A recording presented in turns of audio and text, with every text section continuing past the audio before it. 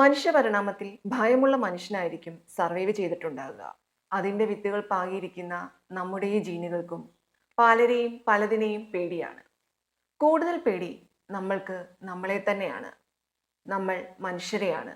ഇന്ന് ഈ 21-ാം നൂറ്റാണ്ടിലും ഈ ഭയത്തെ പേറിയാണ് നമ്മളുടെ ഓരോരുത്തരുടെയും യാത്ര. യാഥാർത്ഥ്യമോ പ്രതീക്ഷിക്കപ്പെടുന്നതോ ആയ ഒരപകടത്തെക്കുറിച്ചുള്ള വികാരമാണ് ഭയം. പ്രകൃതി ദുരന്തങ്ങളെയും വന്യജീവികളെയും ഒക്കെ നമ്മൾ ഭയക്കുന്നത് ഇതുകൊണ്ടാകാം. എന്നാൽ പേടി ഭയത്തിന്റെ അനുഭവമോ പ്രതികരണമോ ആണ്. ചുരുക്കത്തിൽ ഭയം ഒരു വികാരവും പേടി ആ വികാരത്തിന്റെ അനുഭവമോ പ്രകടനമോ ഒക്കെയാണ്.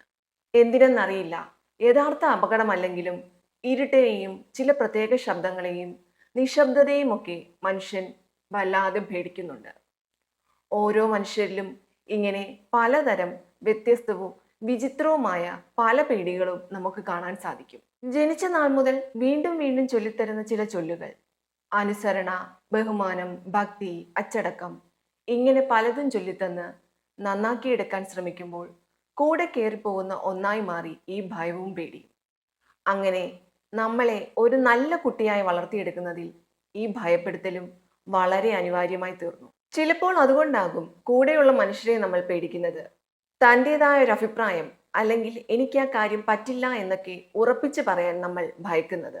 അവർക്ക് അത് കേൾക്കുമ്പോൾ നിരാശയാകുമല്ലോ എന്ന് ഓർക്കുമ്പോൾ പറയാൻ വരുന്ന വാക്കുകൾ പുറത്തേക്ക് വരാത്തത്. സ്വന്തമായിട്ടുള്ള ഒരു വ്യത്യസ്ത അഭിപ്രായം നാലാൾക്ക് മുൻപിൽ തുറന്നു പറയാൻ പറ്റാതെ വിറങ്ങലിച്ചു നിൽക്കുന്നത്. അനുസരണാശീലം പതിയെ ഒരുതരം അടിമത്തത്തിലേക്ക് നീങ്ങുന്നതായി കാണാൻ പറ്റും.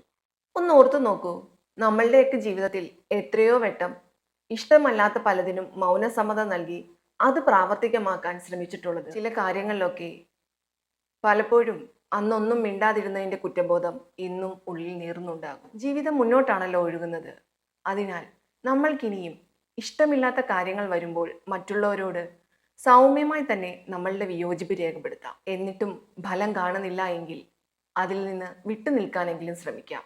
ഓർക്കുക, എല്ലാവരെയും അനുസരിച്ച് അവർക്ക് സന്തോഷം പ്രദാനം ചെയ്യുന്നതിനിടയിൽ നമുക്ക് സാരമായി പൊള്ളലേക്കാതിരിക്കാൻ.